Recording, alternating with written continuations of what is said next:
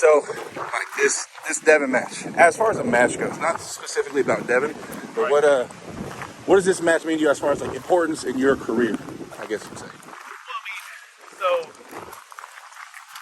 legacy, legitimacy, notoriety, exposure, big ass payday. I mean, that's one of the biggest. You know? It's the biggest I've ever had.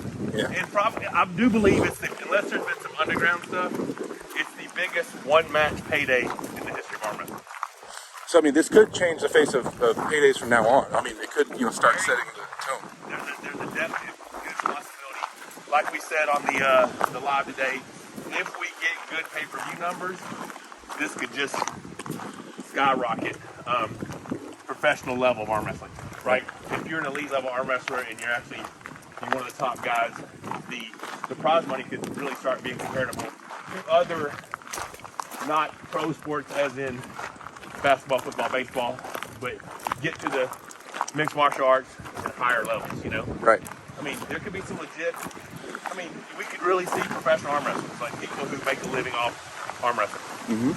So, I mean, that's the dream, especially for people like me and Core West and everybody, else coming up, is that when we get there, hopefully there's some good money and promoters, take note as more eyes get on the sport, especially like I think this match is important in regards to that. This is the first mega match since YouTube has been so big and everything's blowing up, This is where social media, this is a social media super match, kind of, in a sense. And so, talking about that, Devin and I have an opportunity we're both going to have a nice payday, right? We're going to put on a great match, we're going to both come in our best, all that stuff's awesome. And is it going to help us in potential future matches? Absolutely. But I believe it's more for the next level of arm wrestlers, right? The guys coming up. Devin and I have a similar path right now. We both want to kind of transition into more of an ambassador for the sport. Right. We're always going to arm wrestle, but you heard him say he would like to get into the farm leagues, travel around, have a good time, exposure to the sport, do that. I want to be on a nationwide tour, doing practices, seminars, hitting up tournaments. I'm a trophy whore. There's some cool ass trophies out there I still want to pick up, Right. So yeah, competing to be the overall number one world or the top guy here, top guy there, it's great. I'm blessed for the career that I've had. I'm not by any means saying I'm going to be retired anytime soon. I just might be choosing a different path. Right. But this, and I say that, if this, transitions into a much bigger, opportunity, then you may just see me steadily climbing, getting stronger, training. But right now, I'm 5 weeks out this Friday, so I'm 5.5 weeks out from the match. Mm-hmm. Things are going real well. I'm excited. Devin's excited. He has assured me he will make it to Dubai. So, it's exciting times for the sport of arm wrestling. And, like you said, this new era of arm wrestling, social media, YouTube, whatever. Mm-hmm.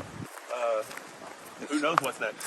It's the future. This might be like, one day when you're 80 years old and you're looking back on the ways you've affected the sport, this might be one of the biggest influences for the future for changing the sport. You have your own legacy, of course, as your own, as a champion. But as far as ways you impact the future of the sport, this might be one of the biggest things you guys can do. This could very well be a pivotal moment in the sport of arm wrestling. Yeah, definitely. I definitely agree. Exciting. It's exciting to know that I'll be a part of that. Yes, sir.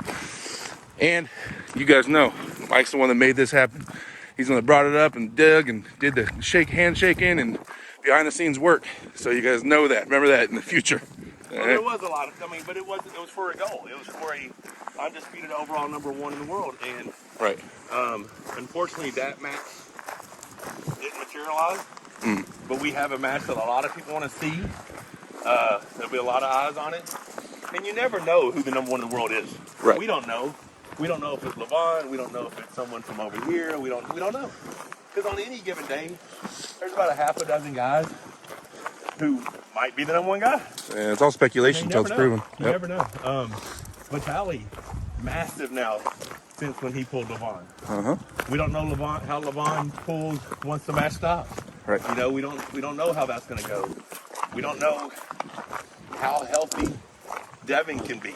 Can Devin be a 275, 280 pound we don't know. So there's Dave Chafee. We don't know what would happen between Dave Chafee and Levon. Right. So there's a handful of guys who on any given day could potentially stake a claim at that overall spot. But I was just trying to do a unification. You know, best current, best.